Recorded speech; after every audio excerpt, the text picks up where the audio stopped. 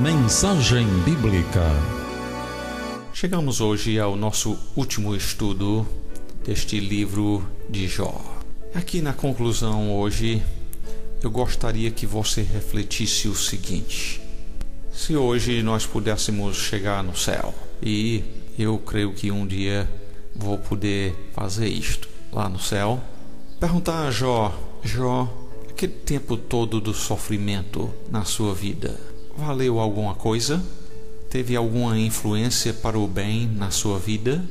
Pense sobre isto enquanto o meu filho Caleb agora lê Jó capítulo 42 e versículos 10 a 13. Mudou o Senhor a sorte de Jó quando este orava pelos seus amigos, e o Senhor deu-lhe o dobro de tudo o que antes possuíra. Então vieram a ele todos os seus irmãos e todas as suas irmãs, e todos quantos dantes o conheceram, e comeram com ele em sua casa, e se condoeram dele, e o consolaram de todo o mal que o Senhor lhe havia enviado. Cada um lhe deu dinheiro e um anel de ouro. Assim abençoou o Senhor o último estado de Jó, mais do que o primeiro, porque veio a ter 14.000 ovelhas, 6.000 camelos, 1.000 juntas de bois e 1.000 jumentas. Também teve outros 7 filhos e 3 filhas. Muito bem, Caleb, e agradeço a sua ajuda aqui na leitura do texto da Bíblia Sagrada. Muito bem, e agora para a nossa pergunta. Jó, tudo aquilo que você passou de sofrimento, teve algum resultado positivo na sua vida? Honestamente, por algum tempo, eu pensei que o resultado positivo foi aquilo que nós encontramos no versículo 10. Mudou o Senhor a sorte de Jó quando este orava pelos seus amigos, e o Senhor lhe deu o dobro de tudo o que antes possuíra. Sim, em relação à pergunta que fizemos na lição passada, quanto ao que ocorreu quando Jó orou pelos seus 3 amigos, o resultado disto foi que Deus mudou a sorte dele. Mas compreenda que a gente perguntando a Jó lá no céu o que houve de proveito, eu creio que ele não iria dizer foi ganhar o dobro do que eu possuía antes. Isso ocorreu, mas pense numa coisa: se você tivesse o dinheiro do mais rico aqui do Ceará, não sei quem é, mas suponhamos que você tivesse esse dinheiro todo, você interessaria passar o sofrimento, ou vamos dizer, só a metade do sofrimento de Jó? Perder todos os bens, morrer todos os filhos, perder a saúde por um bom bocado de tempo, e passar por tudo isto, e a acusação dos seus amigos, passar por tudo isto, para no final de contas receber 2 vezes mais de bens. Você quereria isto? Eu creio que não. E da mesma forma quanto a Jó, eu creio que ele nunca nos diria que o que houve de bom foi que ele ganhou o dobro. Isto só foi uma bênção extra. Um homem que tinha todo o dinheiro que ele tinha, todos os bens que ele tinha, ganhar o dobro é insignificante. Lembremos aquilo que ele havia dito no primeiro capítulo, quando Deus tirou tudo. Ele diz: nu saí do ventre de minha mãe e nu voltarei. O Senhor o deu e o Senhor o tomou. Bendito seja o nome do Senhor. Ele não foi um homem dado à avareza. Ele não foi controlado por uma ganância por mais. E por isso, para este homem ganhar o dobro daquilo que ele tinha, de pouco importava. Você podendo perguntar a Jó que proveito houve, eu creio que ele responderia foi isto, com as palavras do versículo 5 deste capítulo. Falando de Deus, ele diz: eu te conhecia só de ouvir, mas agora os meus olhos te veem. O que ele nos diria é que agora Deus havia se revelado mais a ele por meio do tempo de aflição e doença. E por isso ele conheceu mais a Deus, como também conheceu mais de si mesmo. E com esse maior conhecimento de si mesmo, ele passou a ser um homem mais humilde. Isto sim tem valor na vida de um homem. E Jó adquiriu isto por meio da sua experiência de uma imensa provação. provação que dificilmente outro homem na terra aqui enfrenta dentro de tão pouco tempo. Mas vejamos a restauração da prosperidade de Jó. Caleb já leu o texto, nós vimos que Deus deu o dobro a ele. E no versículo 11 diz: então vieram a ele todos os seus irmãos e todas as suas irmãs, e todos quantos dantes o conheceram, e comeram com ele em sua casa, e se condoeram dele, e o consolaram de todo o mal que o Senhor lhe havia enviado. Cada um lhe deu dinheiro e um anel de ouro. A sua família voltou para ele. Antes, por exemplo, em capítulo 16 e versículo 2, Jó refere ao fato que eles não querem ter nada com ele, mas agora voltam à sua presença, lhe trazem dinheiro e um anel de ouro. Nota bem que Deus comenta aqui o fato que o Senhor lhe havia enviado. Deus havia enviado a ele esta grande aflição que ele sofrera. Deus mesmo diz isto. Mas o texto então continua dizendo no versículo 12: assim abençoou o Senhor o último estado de Jó mais do que o primeiro, porque veio a ter 14.000 ovelhas, 6.000 camelos, 1.000 juntas de bois e 1.000 jumentas. Deus multiplicando assim e dando a ele o dobro dos animais que ele tinha anteriormente. Também versículo 13: teve outros 7 filhos e 3 filhas. Interessante isto, o dobro quanto aos filhos não foi ter agora 20, ele não havia perdido os 10. O entendimento é que eles passaram a estar no céu, onde ele os teria novamente, e por isso no total teve 20. Destes, um comentário significante a Bíblia nos faz quanto às filhas. Estas são nomeadas e geralmente são os homens que são mencionados por nome na Bíblia. Diz no versículo 14: chamou o nome da primeira Jemima, o da outra Késia e o da terceira Queren-Hapuque. Em toda aquela terra não se acharam mulheres tão formosas como as filhas de Jó, e seu pai lhes deu herança entre seus irmãos. Costumeiramente naquele tempo a herança passava de pai para os filhos homens. E na realidade, em termos da divisão de bens, não faz diferença quanto ao total dos bens divididos. O que normalmente ocorreria é que o casal recebia naquele tempo só uma herança do pai e do marido. Hoje em dia, quando se divide entre filhos e filhas, os dois talvez chegam a receber 2 heranças, mas aonde foi dividido a herança de uma maneira maior e por isso a herança se tornou menor, e finda não sendo mais, exceto no caso, como obviamente o caso aqui de Jó, suas filhas receberem a herança do seu pai, provavelmente foi uma herança muito maior do que a que seus maridos receberam.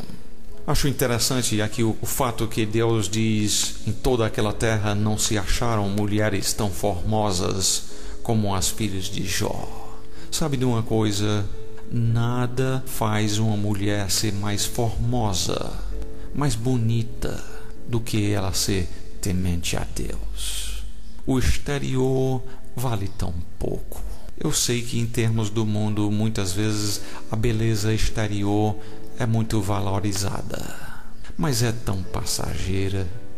Depois de algum tempo, vem as rugas. Não é mais aquela mocinha lisa. A verdadeira formosura vem de um interior que ama a Deus e produz no rosto não um sorriso fingido, mas verdadeira alegria vinda de um coração que está em paz com Deus. Você tem notado, como eu, que aquelas que verdadeiramente são bonitas são aquelas que são criadas nos caminhos do Senhor, que amam a Ele e temem a Ele. Tiago também nos tem uma palavrinha quanto a isto. Ele diz quanto às mulheres, em 1 Pedro 3, 3 e 4, não seja o adorno da esposa o que é exterior, como frisado de cabelo, adereços de ouro, aparato de vestuário. Estas coisas exteriores, se pintando, mexendo um bocado com o cabelo, os enfeites de ouro, vestido caro. Estas são coisas que comumente as mulheres que não conhecem a Deus usam para atrair um marido, que provavelmente depois vai abandoná-la, porque atraiu ele à coisa errada. Pedro corrige, dizendo: seja, porém, em vez disto, o homem interior do coração, unido ao incorruptível trajo de um espírito manso e tranquilo, que é de grande valor diante de Deus. O interior bonito, isso Pedro diz, tem valor diante de Deus, e se demonstra então com espírito manso e tranquilo. Em vez de estar agredindo e constantemente atacando o marido e os filhos, uma mulher calma. Calma, porque Deus mora na sua vida e ela tem a certeza de que Ele está em controle, mesmo quando as coisas andam difíceis. Então estas foram as filhas de Jó. E o livro então termina dizendo: depois disto, viveu Jó 140 anos, e viu a seus filhos e aos filhos de seus filhos, até a 4ª geração. Então morreu Jó, velho e farto de dias. Se não me engano, no começo do estudo nós relatamos que provavelmente Jó tinha seus 60, 70 anos quando veio aquele grande sofrimento sobre ele.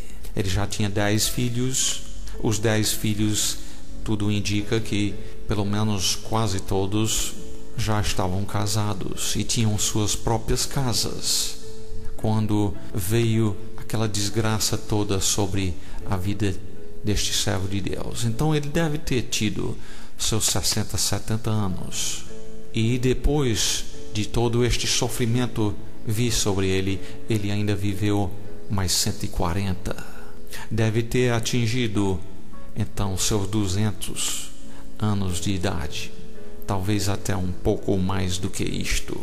E teve a felicidade de ver os seus netos, seus bisnetos, tataranetos. E o que a Bíblia comunica com isto é a imensa felicidade deste servo de Deus em ver, primeiramente, ele mesmo tendo comunhão com Deus, mas não somente isto, ele certamente o passou para os seus filhos também. Como é que você reage quando a tragédia vem na sua vida?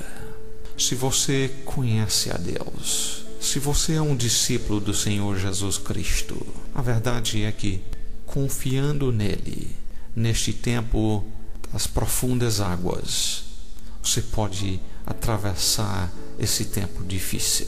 Primeiramente, reconheça a soberania de Deus. Não tem nada mais confortante do que saber que Deus está em controle dos eventos de sua vida.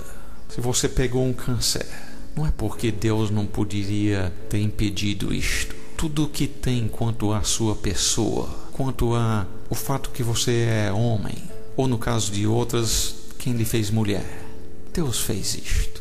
A sua aparência, o tamanho físico, a saúde, as circunstâncias da sua vida, o lar em que você nasceu, o local, o país onde você nasceu, tudo isto foi planejado por Deus. E você quer saber mais do que Ele e reclamar como que Ele tivesse errado? É querer saber mais do que Ele. É não submeter à soberania de Deus. Com certeza Ele é soberano e Ele sabe o que é melhor para a sua vida. E por isso Ele lhe fez aquilo que Ele deseja. A questão é, você tem alegria nisto ou você se rebela contra isto? Isto me faz lembrar de 1975. Neste tempo eu era pintor, pintando paredes. Pintava especialmente dentro de uns prédios que abrigavam pessoas idosas. Certo dia eu estava num quarto pintando, e neste caso a mulher não era muito idosa. Ela tinha talvez seus 40 anos. Mas me lembro muito bem ainda de que dentro de pouco tempo eu compreendi que esta mulher, que era tetraplégica, não podia sair da cama, pelo menos sem alguém ajudar. Era imensamente feliz. Eu não me lembro como isso havia ocorrido na vida dela, mas transparecia na vida dela uma imensa alegria. Ela tinha a certeza do perdão dos seus pecados. Mas lhe digo que, em contraste com isto, no outro tempo estive noutro edifício, onde tinha 3 irmãs, uma com 92 anos, outra com 94 e outra com 96. Estas 3 mulheres ainda podiam caminhar, mas eram o terror da casa. Nenhuma das enfermeiras lá gostava de trabalhar com elas. Só viviam a reclamar e a maldizer e blasfemar e assim por diante. Onde aparentemente elas tinham muito o que agradecer, quanto à saúde pelo menos, mas viviam cheio de maldição e de tristeza e miséria. Foi evidente que não conheciam a Deus, não haviam arrependido dos seus pecados e confessado a Jesus Cristo como Senhor e Salvador em suas vidas. Sim, conhecer a Deus faz toda a diferença na vida de um que sofre. Então, como enfrentar a tragédia na sua vida? Primeiramente, reconheça a soberania de Deus, mas compreenda também que os planos de Deus são inescrutáveis. Isto é, tem muito do que Deus faz que nós não vamos compreender. Paulo diz isso em Romanos capítulo 11, versículos 33 e 34. Ó profundidade da riqueza, tanto da sabedoria como do conhecimento de Deus! Quão insondáveis são os seus juízos, e quão inescrutáveis os seus caminhos! Quem, pois, conheceu a mente do Senhor? Ou quem foi o seu conselheiro? Não, nenhum de nós foi conselheiro de Deus. Se nós fôssemos dar conselho a Ele, não seria para o bem. Então nós precisamos compreender que algumas coisas de Deus não vamos compreender. Nós precisamos também refletir no fato que Deus é superior. Quando o crente é afligido por sofrimentos, ele passa a estudar, a procurar conhecer melhor a Deus. E finalmente devemos nos arrepender de todo o pecado. Sim, às vezes o sofrimento vem em consequência do pecado. Isto até na vida do crente. Às vezes a pessoa não é curada por falta de fé, mas outras vezes a dificuldade só se explica no plano divino. Ele sabe o que é melhor. E no meio disto, às vezes nos elevamos demais, questionando a Deus: mas por que você deixou isto acontecer comigo? E quando nos encontramos nessa situação, é hora de nos arrepender. É hora de vir a Ele dizendo: Senhor, saí do meu lugar. Tu és o Criador e eu a criatura. E me humilho diante de Ti, pedindo perdão por Te julgar, por teres feito ou trazido na minha vida esta dificuldade.